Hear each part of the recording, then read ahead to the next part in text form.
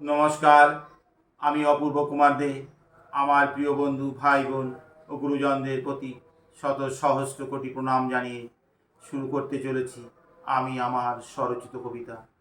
আজ যে স্বরচিত কবিতাটি পাঠ করে শোনাব, কবিতাটির নাম দিয়েছি মমতা ব্যানার্জির হাতে তালি।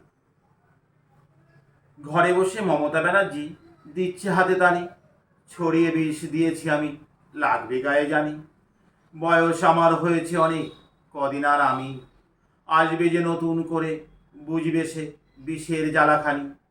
বুদ্ধি করে তাই দাবার গুটি সাজিয়ে রেখেছি, উলট পালট চাললে গুটি, খেলা শেষ, বাজিমাত, হি হি। প্রমাণ তার শুরু হয়ে গিয়েছে, দেখতে চোখে পাই।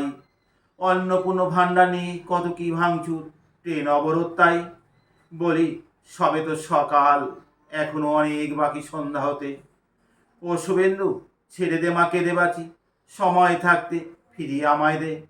ভালো থাকবি তুই, বুঝি তুই ভালো থাকবি ওরে, তোর কষ্টে মরি আমি, থাকবি সুখে ঘরে। তা নয় তো, কেউ কি আসে এই বিষের জ্বালার ছোবল খেতে? আমার কথা ছেড়ে দে না, কদিন আছি আর বেঁচে। উত্তর দিতে শুভেন্দু খুব ভালো করেই জানে, বড্ড চালাক ভাবো তুমি নিজেকে নিজে মনে। তোমার কথার জালে তুমি ধরা পড়ে গিয়েছো দিদি, আশা তোমার পূর্ণ হবে না এ জীবনে আর কোনো দিনই। আর বিষের কথা বলেছো যা, প্রতিষেধক জানা আমার আছে, সব ঠিক হয়ে যাবে।